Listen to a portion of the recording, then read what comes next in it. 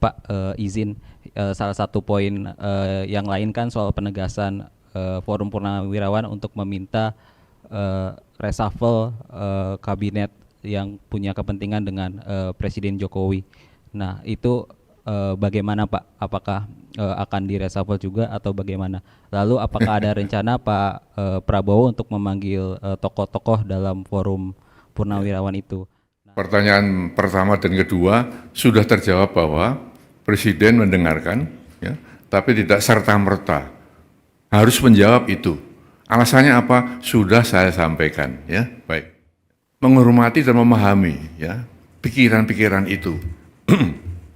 Karena kita tahu beliau dan para purnawirawan satu alma mater, ya, satu perjuangan, satu pengabdian, dan tentu punya sikap moral yang sama, ya, dengan jiwa sabta marga, ya, dan sebuah prajurit itu, ya. Oleh karena itu beliau memahami itu, ya. Namun tentunya Presiden sebagai kepala negara, kepala pemerintahan, Panglima tertinggi TNI tidak bisa serta-merta menjawab itu. Spontan menjawab tidak bisa, karena apa? Beberapa alasan, ya. Yang pertama, kan beliau perlu mempelajari dulu, ya, isi dari statement itu, isi dari usulan-usulan itu. Dipelajari satu persatu, karena itu masalah-masalah yang tidak ringan, ya, masalah yang sangat fundamental, ya.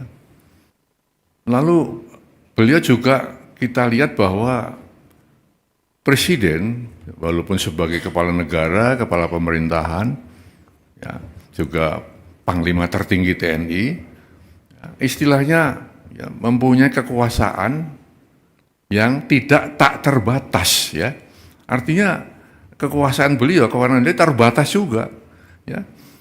Dalam negara yang kita menganut rias politika, ada pemisahan antara, ya, eksekutif, legislatif dan yudikatif. Tidak bisa saling mencampuri di situ. Maka usulan-usulan yang, ya, bukan bidangnya Presiden, bukan domain Presiden, tentu, ya, Presiden tidak akan, ya, menjawab atau merespon itu, ya. Nah, lalu yang ketiga,